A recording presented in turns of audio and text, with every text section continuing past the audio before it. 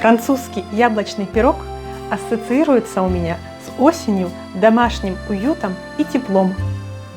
Но очень простой рецепт, не требующих сложных ингредиентов, а вкус просто умопомрачительный. Да и подать такой пирог к столу совсем не стыдно. Французская элегантность выражается в нем в полной мере. Я уверена, именно этот рецепт вы так долго искали. А поэтому приготовьте ручку и блокнот или любой современный девайс. И поехали!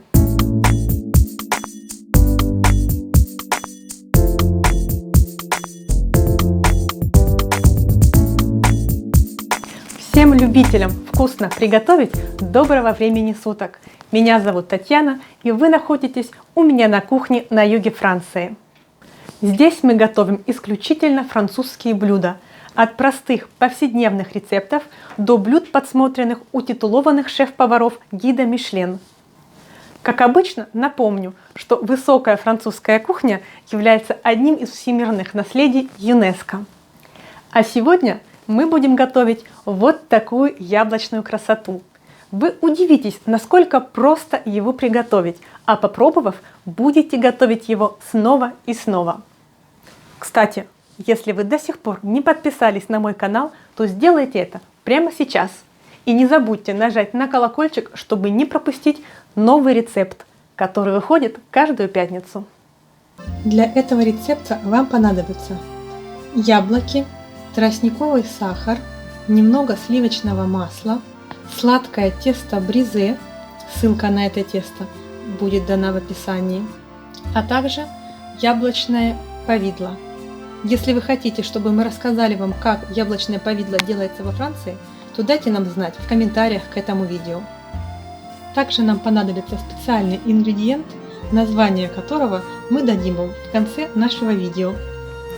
Первым делом мы подготовим наше тесто. Тесто мы используем бризе, которое мы приготовили заранее. Если вы еще не посмотрели наш ролик о том, как сделать настоящее французское тесто бризе, ссылка вам в помощь. Если у вас совершенно нет времени на просмотр ролика о тесте бризе, то используйте песочное тесто. У вас получится не совсем классический яблочный французский пирог, но будет тоже вкусно.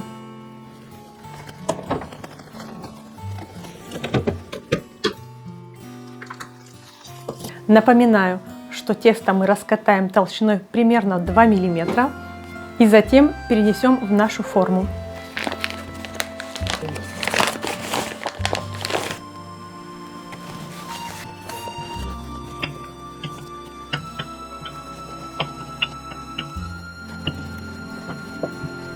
Итак, тесто мы раскатали примерно 2 мм и перенесем его в нашу форму, которую мы предварительно смазали маслом и посыпали мукой.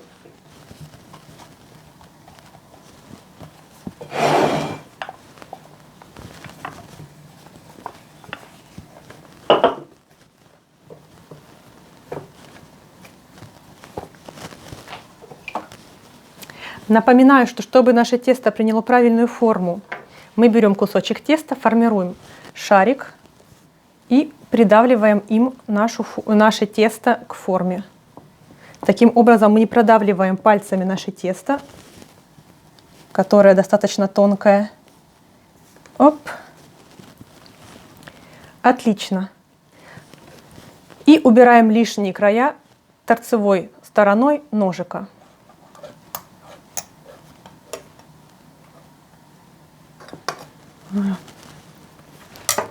Наше тесто готово. Мы отправляем его в холодильник. Обязательно в холодильник. Оно должно оставаться в холоде до использования. Переходим к подготовке яблок. Для этого мы разрежем наши яблоки на 4 части. Вырежем сердцевинки и почистим от кожицы.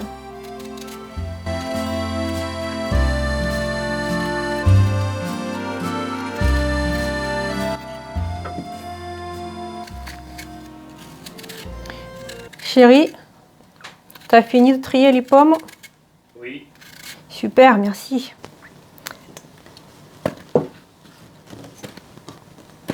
На кухне главное – правильные помощники. Наши яблоки порезаны, и теперь нам нужно их опять-таки порезать на ломтики толщиной примерно 1 сантиметр. Поехали!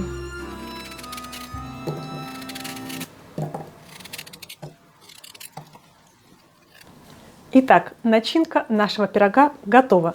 Яблоки мы порезали, а повидло мы приготовили заранее. Я думаю, что все умеют готовить яблочное повидло.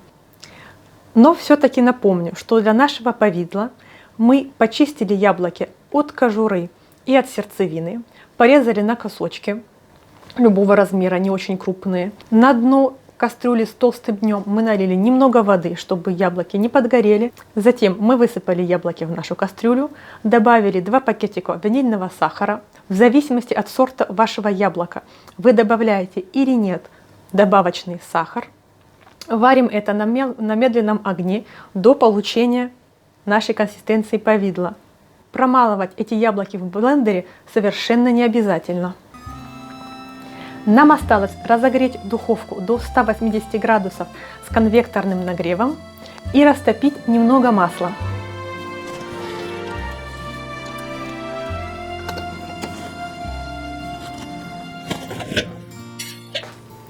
Пока духовка разогревается и масло топится, достаем наше тесто из холодильника и начинаем собирать наш пирог.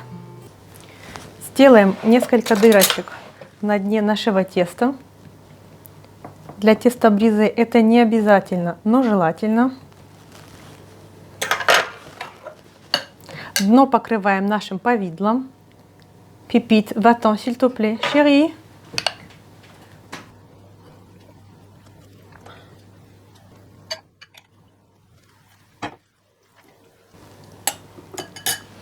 Толщина получается примерно 1,5 сантиметра. И начинаем укладывать наши яблоки. Яблоки мы укладываем один кусочек на другой, примерно наполовину.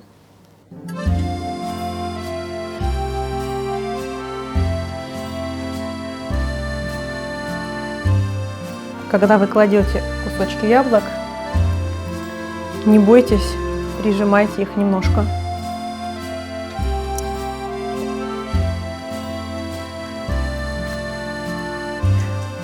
Наши кусочки неравномерные, и это только придаст шарм нашему пирогу. Красота!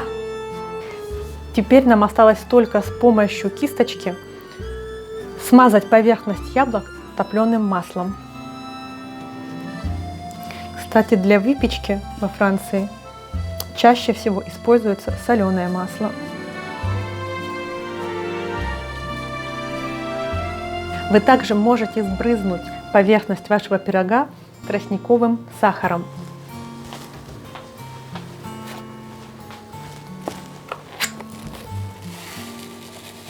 Этот этап не обязателен,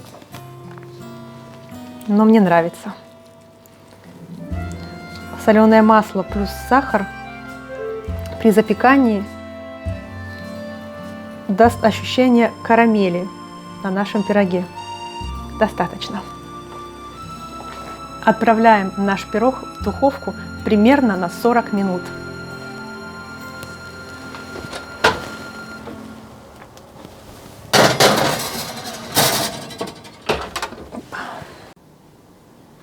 Итак, примерно 45 минут прошло, и нам пора доставать наш пирог из духовки.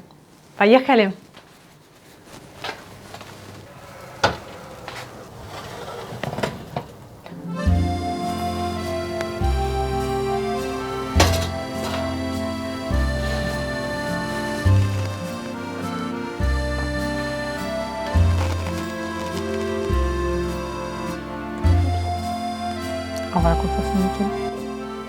Мы дали нашему пирогу остыть, он должен подаваться слегка теплым.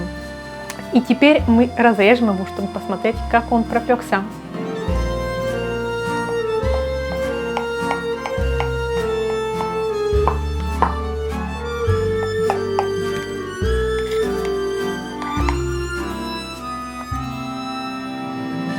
Вот такой изумительный яблочный пирог у нас получился.